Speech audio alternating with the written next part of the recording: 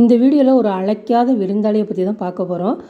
அன்னைக்கு பார்த்தீங்கன்னா பிரியா ஊருக்கு கிளம்பிட்டா. கொஞ்சம் டயர்டாக இருந்தது. நான் அந்த ஹால்லே படுத்து தூங்கக்கூட இல்லை, லைட்டாக படுத்திருந்தேன்.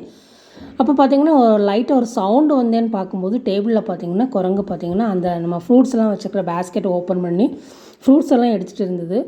எனக்கு உண்மையிலேயே ஷாக்கிங்கை விட அது ரொம்ப பயம் வந்துடுச்சு. ஏன்னா வீட்டில் யாருமே இல்லை, நான் மட்டும் தான் இருந்தேன்.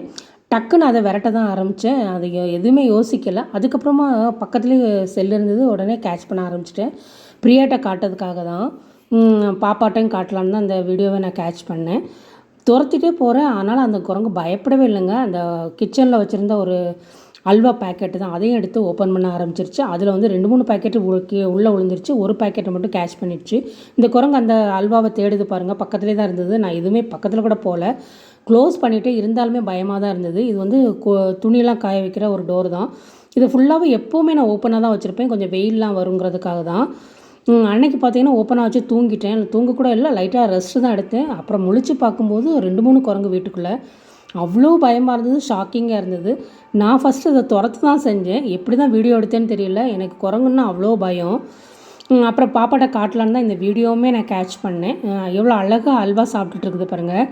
ஃபுல்லாக கூட சாப்பிடல, ஒரு அரை அல்வா பாக்கெட் தான் காலி பண்ணியிருக்கோம். அந்த துணி காய போடுற அந்த கொடியில் உட்காந்துட்டு அழகாக உட்காந்து சாப்பிட்டுட்டு இருந்தது. அதுக்கப்புறம் போன முறை தான் யோசித்தேன், பழம் கூட கொடுத்துருக்கலாமே அப்படின்னு.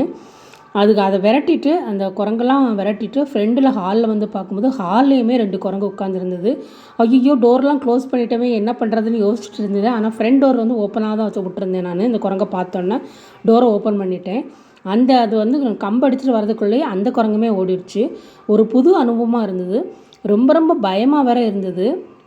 இந்த மாதிரி அனுபவம் யாருக்கா ஏற்பட்டிருக்குன்னா சொல்லுங்கள், ஷேர் பண்ணுங்கள். உண்மையிலே ரொம்ப பயம் கலந்த ஒரு இதாக தான் இருந்தது, சந்தோஷமாக தான் இருந்தது. குரங்கு பக்கத்தில் பார்க்கும்போது ஆக்சுவலாக கோயிலுக்கெலாம் போனால் கூட குரங்குலாம் வந்தால் கூட தள்ளி போயிடுவேன், எனக்கு அவ்வளோ பயம். அன்றைக்கி பார்த்திங்கன்னா என் வீட்டுக்குள்ளேயே உள்ள திங்ஸ் எல்லாம் எடுத்து ஒதுங்க வச்சுட்டு போனாங்க. கிச்சனில் எட்டி பார்க்கும்போது 2-3 குரங்கு. அழைக்காத விருந்தாளியாக இருந்தாலும் எனக்கு அவ்வளோ செம்ம ஹாப்பியாக இருந்தது.